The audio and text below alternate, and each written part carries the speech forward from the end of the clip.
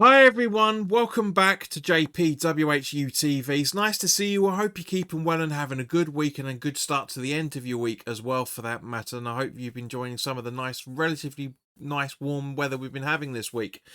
This is the preview of West Ham's 19th final away, and indeed the final game of the 24-25 Premier League season, where we travel to Portman Road to take on relegated Ipswich Town for a 4 p.m. kickoff this Sunday afternoon, not live on any UK TV channel. As always, guys, this video is sponsored by the channel sponsor, 3retro.com. Please click the link in the description below that will take you directly through to the West Ham section of their website. And as you can see from the icon that's up here, there's also some retro Ipswich gear in there as well, along with track jackets, polo shirts, sweatshirts and t-shirts made by Admiral and Umbro, so go check those out, although it is mostly West Ham stuff. And any purchases you make through the link in the description below, the commission that the channel would normally be getting, as I always say, I'll be sending on to the charity Iron Supporting Food Banks. They're based in the Newham area, and they're helping those in the Newham area and the Essex County and further afield for that matter, as they're currently supporting close to, if not over 90 separate food banks by the time of this recording. So guys, go grab yourself a really nice retro shirt. You'll be saving yourself a few quid in comparison to the club shop, and you'll be helping those that are less fortunate than you and I. But if you want to make a donation directly to the charity, but you don't want to make an affiliate link purchase, that's perfectly fine. There is their Just Give and Fund link in the description below. So £1, £2, £5, guys, whatever you can afford. Believe me, every penny helps. So as always, there's going to be timestamps in the description below. I'd like you to stay around for as long as possible and give your comments at any point of this video, of course.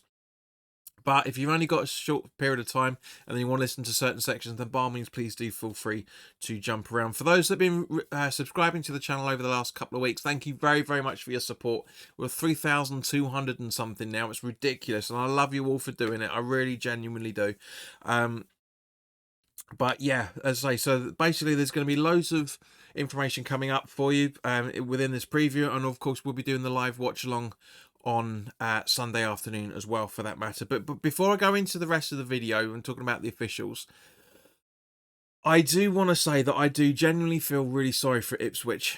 I really genuinely do. They gave it such a good crack. I'm sure that if there's any Ipswich fans watching, I'm sure they'll be able to say, yes, we could have done this better at certain games. We could have done that better in certain games. Everybody put them down to be the whipping boys of the Premier League. And as they are finishing in the bottom three, or have finished, I should say, in the bottom three, then yeah, they are. But at the same point, I do feel sorry for them. It would have been great for them to stay up in the Premier League. It's nice to see some different clubs being in and around it, but the league is what the league is. Okay, so let's continue on by talking about the officials.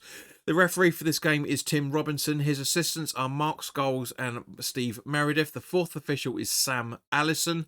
On VAR, there's Matt Donahue, and his assistant is Matt Wilkes. So, yeah, relatively bland blend, shall we say. Now, the last time we played Ipswich away was all the way back in January 12 in the Championship, with a 4-1 victory at home, obviously earlier in the season, just at the early October, with goals from Antonio in the opening minute. Rory Delap scored on the 6th, Kuda scored on the 43rd, and then Bowen scored on the 49th and Paquetá on the 69th.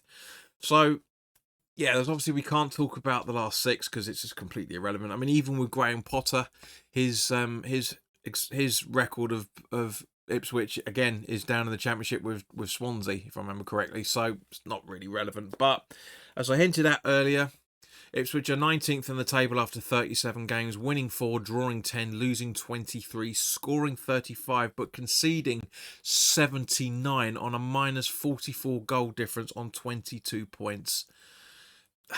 That's just madness that they've conceded on average. Going on that, on average, they've conceded for every 1 goal that they score, they concede 2 and a bit. It's mental.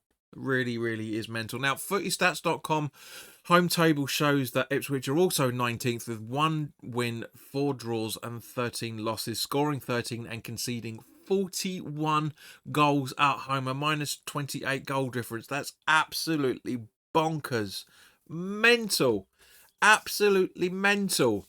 Scoring 1, conceding practically 3 a game at home. Of the last 5 games, They've lost all 5, and their average points per home game tally this season is 0.39 points per game. Absolutely, this is what I say. I feel really, really sorry for them. I do think, look, they could have been worse. They could have ended up rock bottom like Southampton.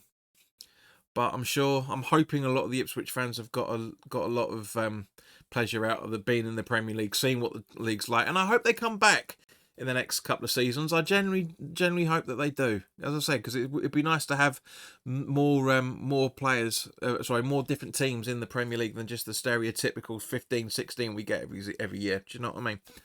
Now, according to WhoScored.com, Ipswich's only strength is aerial duels, and they are weak at everything else. Not very weak, but they are weak at everything else. Now, Ipswich's highest goal scorer at home is, no surprise, the man of the moment as far as everybody's concerned, and I'm sure he's got the man of at the last home game of the season. I'm sure he's going to be awarded for Player of the Season because he's been absolutely brilliant.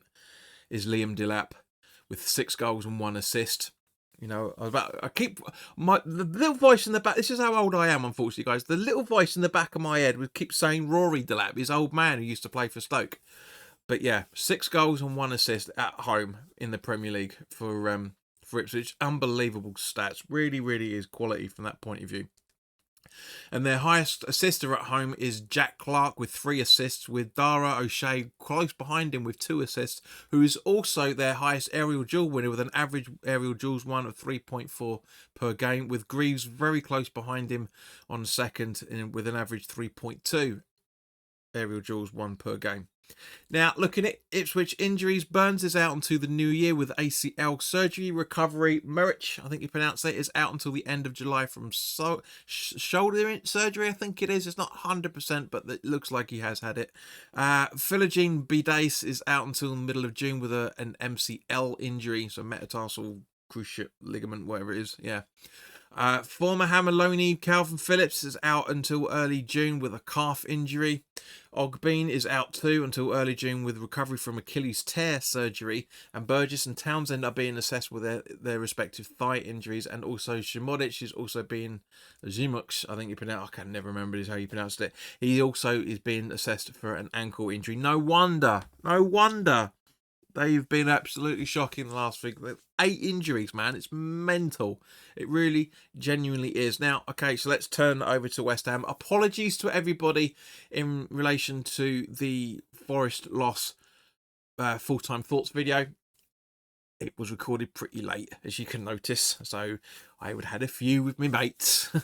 I was angry. I missed out some. I mean, obviously mentioned quickly about Souček and Soufal. Soufal, by the way, who had 2 cracking attempts to try and get, 3 cracking attempts in general to try and get a goal and an assist at home for the very last time for him. It just didn't happen, unfortunately. That's mostly down to, was it Setz or whatever his name is, Selks, the goalkeeper made some phenomenal saves, but couldn't keep out Jared Bowen's goal. I didn't mention it in the full-time thoughts, I say, because I was too angry about the official decisions more than anything else. I wasn't exactly objective as I normally am. As I say, that's because we'd had a few. Do you know what I mean? So, but yeah, Bowen's goal, what an absolute piece of beauty. You know, really sublime first touch to absolutely control it when it was crossed into him and wallop right in the back of the net in the Jared Bowen style that he does. As I say, what a touch to control it and absolutely put it through. You know, Areola's 100th appearance for the club against Forest on Sunday. Yeah, not exactly going to be remembered for the reasons he wants to. Having said that, of course, as I mentioned in the full-time thoughts video, that he pulled off some great saves. He really, really did. And Helen Ludlow, thank you very much for your comment on the video, because you're absolutely right. This is the second game that Barrett has actually refed against us at home, because he was the same referee for the Chelsea home game earlier in the season. It wasn't really there either for that much. So there wasn't really much to talk about for that game either. You know, again, his decision making was absolutely terrible. As we know, there was the parade lap to give thanks to the players, or the players to give thanks to us, really, to be honest with you, after the way we start with them this season.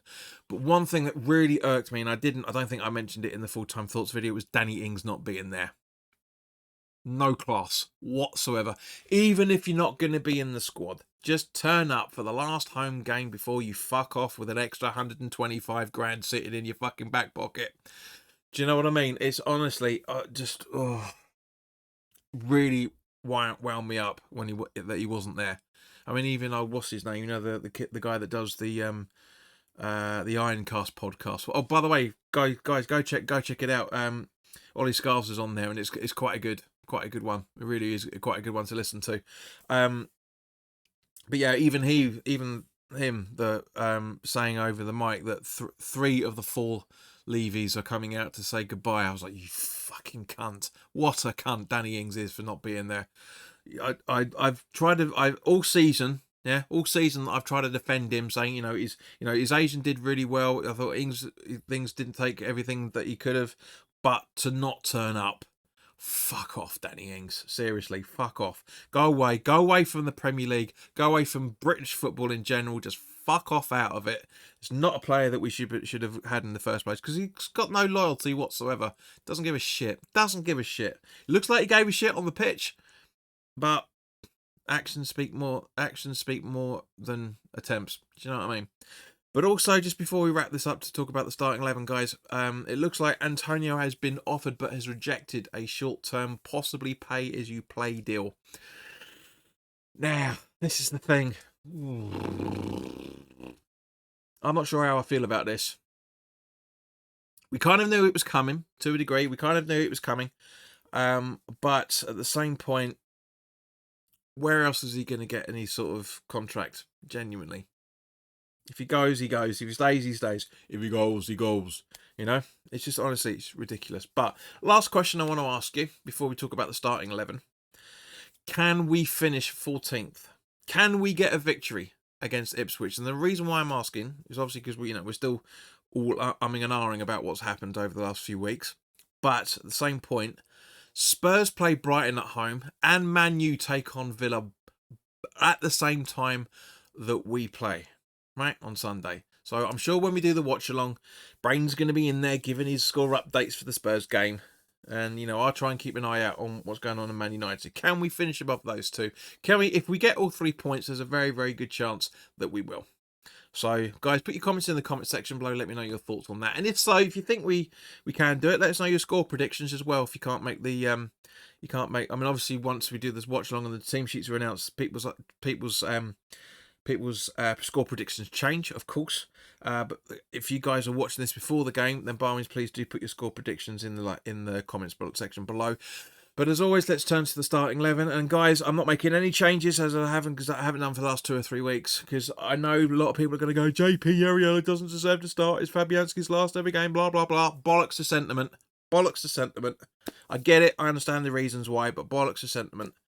I do think Ariella deserves a final chance to redeem himself. I do think, to a degree, some of the world-class saves that he made on Sunday against Forest has redeemed him a little bit. But I just want to give him one final game before we actually make any judgment on if he should go in the summer transfer window. But as always, guys, put your comments in the comment section below. Let me know your starting 11s for this game. And this is the starting 11 that I'd like to see.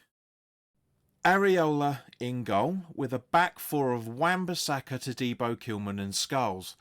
Orford in the defensive midfield positions, with Souček in front of him supporting Bowen, Ward-Prowse and Guilherme, with Fulkrug up front. So thank you very much for your time, guys. I do appreciate you staying around this long. If you're new to the channel, welcome, and fucking brilliant staying along this length of time. I really love you for it. By all means, please do like, share and subscribe, of course. As I say, we will be live on Sunday afternoon for the watch along. So I hope you come and see that.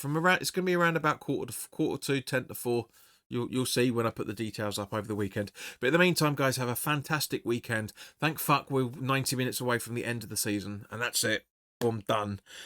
So yeah, look after yourselves. And I'll see you very, very soon. All the best now. Take care.